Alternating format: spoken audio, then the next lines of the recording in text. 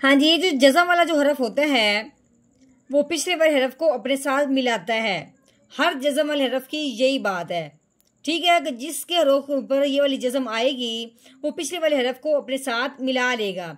जैसे कि अब ये जज़म वाला हरफ है वाओ, तो इसने मीम को अपने साथ मिलाना है।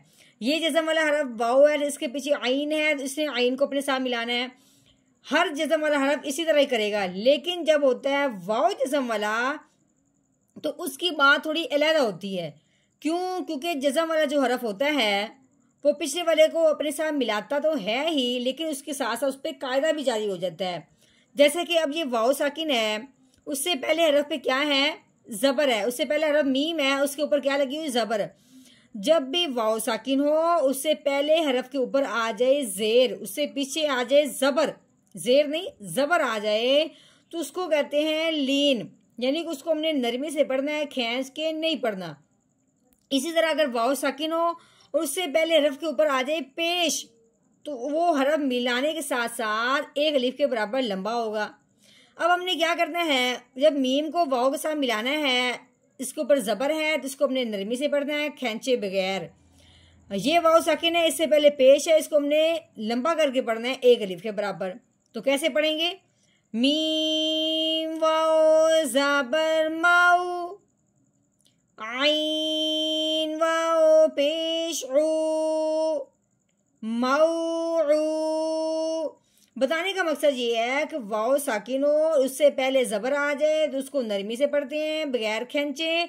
वाओ साकिन हो और उससे पहले पेश हो तो उसको एक अलिफ के बराबर लंबा करते हैं। इन दोनों बातों में फ़र्क करना है कि ये नहीं कि वाओ साकिन है बस मिला दें पिछले को, नहीं। हर साकिन हरफ पिछले को मिलाता है, लेकिन जब वाओ साकिन होता है तो उसका कायदा अलहदा होता है। वाओ साकिन से पहले ज़बर हो तो नरमी से पढ़ना है, वाओ साकिन से पहले पेश हो तो उसको एक अलिफ के बराबर लंबा करके पढ़ना है। नहमदुहु व नसल्ली अला रसूलिहिल करीम, अम्मा बाद फ़अऊज़ु बिल्लाहि मिनश्शैतानिर रजीम, बिस्मिल्लाहिर रहमानिर रहीम।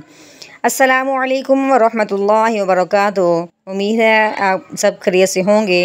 इंशाल्लाह जहाँ होंगे ईमान और सेहत की नेमत से माला माल होंगे। हाँ जी, तो आगाज़ करते हैं हम अपने आज के सबक का दुआओं के साथ। तो चलिए शुरू करते हैं। अल्लाहुम्मा सल्ली अला सय्यिदिना व मौलाना मुहम्मदिन व अला आलि सय्यिदिना व मौलाना मुहम्मदिन व बारिक व सल्लिम। रब्बि इश्रह ली सदरी व यस्सिर ली अमरी वहलुल उक़दतम मिन लिसानी यफ़क़हू क़ौली। Rabbi ज़िदना इल्मा, rabbi ज़िदना इल्मा, rabbi ज़िदना इल्मा। अऊज़ु बिल्लाहि मिनश्शैतानिर रजीम, बिस्मिल्लाहिर रहमानिर रहीम। हाँ जी, वाओ के ऊपर लगी हुई है उसको ज़बर कहते हैं। आगे ये अलिफ है, इसके आगे है ये लाम। लाम के ऊपर क्या लगी हुई? दालुमा जज़म लगी हुई है, ठीक है। ये जज़म जिस हरफ के ऊपर आती है उस हरफ को साकिन कहते हैं। अब जज़म आई है लाम के ऊपर तो इसका नाम हो गया लाम साकिन। साकिन हरफ जो होता है वो पिछले वाले हरफ को अपने साथ मिलाता है। अब इससे पीछे हमने देखा है वो है अलिफ। अलिफ के ऊपर कोई ज़बर ज़ेर पेश नहीं लगी हुई। फिर हम चलेंगे उससे पीछे देखा है तो उससे पीछे क्या है? वाओ है, तो वाओ के ऊपर ज़बर लगी हुई है। अब हमने वाओ को लाम के साथ मिलाना है, इस अलिफ को नहीं। तो कैसे पढ़ेंगे? वाओ लाम ज़बर वल। कैसे? वल। हाँ जी, ये या है, या के ऊपर लगी हुई है ज़बर। आगे ये वाओ के ऊपर लगी हुई है जज़म। हर हरफ को पढ़ने से पहले अगले हरफ को देखते हैं कि अगले हरफ के ऊपर इस तरह की कोई जज़म आई है या नहीं। अगर आई है तो पिछले वाले हरफ को उसके साथ मिलाएंगे, ठीक है। हाँ जी, अब ये जज़म आई है वाओ के ऊपर, इसका नाम हो गया वाओ साकिन। अब वाओ साकिन होगा वो पिछले वाले हरफ को अपने साथ मिलाएगा। पिछले वाला हरफ क्या है? या है।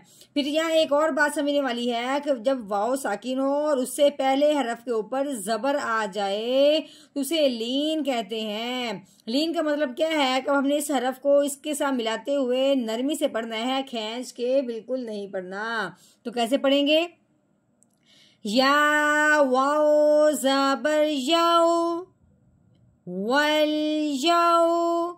हाँ जी, ये मीम है, मीम के नीचे जेर लगी हुई है, आगे अलिफ है, उसके आगे क्या आ गया, लाम, इसके ऊपर आ गई जज़म। अब हमने क्या करना है, लाम को मिलाना है पिछले वाले हरफ के साथ। अब पिछले वाला हरफ क्या है, हमजा, अलिफ है, उससे ऊपर कुछ नहीं लगा हुआ। फिर उससे पीछे जाएंगे, उसके पीछे हम मीम है, उसके नीचे जेर लगी हुई है। अब हम मीम को लाम के साथ मिलाएंगे जो साकिन है। तो कैसे पढ़ेंगे, मीम लाम जेर मिल वल यौमिल। जी, आगे ये मीम है, मीम के ऊपर लगी हुई है जबर, आगे ये वाओ, वाओ के ऊपर लगी हुई है जज़म। जज़म वाला जो हरफ होता है वो पिछले वाले को अपने साथ मिलाता है, लेकिन जब वाओ जज़म वाली हो, वाओ साकिन हो, तो उसकी बात अलग होती है।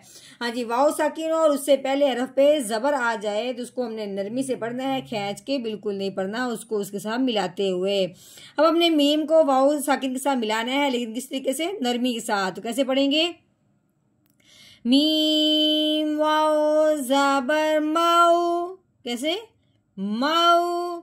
आगे देखें, ये आइन है, आइन के ऊपर लगी हुई है पेश, आगे ये वाओ, वाओ के ऊपर लगी हुई है जज़म, तो ये हो गया वाओ साकिन।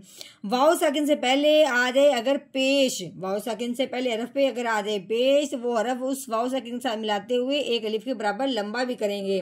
तो कैसे पढ़ेंगे, आइन वाओ पेश ओ मऊ, दाल के नीचे जेर लगी हुई है, दाल जेर दी मऊदी। अब हमने करना है वक़फ़। तो वक़फ़ की सूरत में आखिर वाला जो हरफ होता है, जैसे कभी आखिर वाला हरफ दाल है तो इसको करते हैं साकिन, आखिर वाले हरफ को साकिन करते हैं। और जब साकिन हरफ हो, हरूफे कलकला, जैसे कि दाल जो है ये हरूफे कलकला में से है, हरूफे कलकला जब होता है आखिर साकिन हरफ हो तो उसको हिला के पढ़ते हैं। तो कैसे पढ़ेंगे, आगे वक़फ़ मऊऊद, मऊऊद। हाँ, जब मुकम्मल आयत का हमने कर लिया तोड़, अब हम इसका करेंगे जोड़, वो भी रवानगी के साथ। तो कैसे पढ़ेंगे, अऊज़ु बिल्लाहि मिनश शैतानिर रजीम, सूरतुल बुरूज मक्किय्या, बिस्मिल्लाहिर रहमानिर रहीम, वल यौमिल मौऊद, वल यौमिल मौऊद।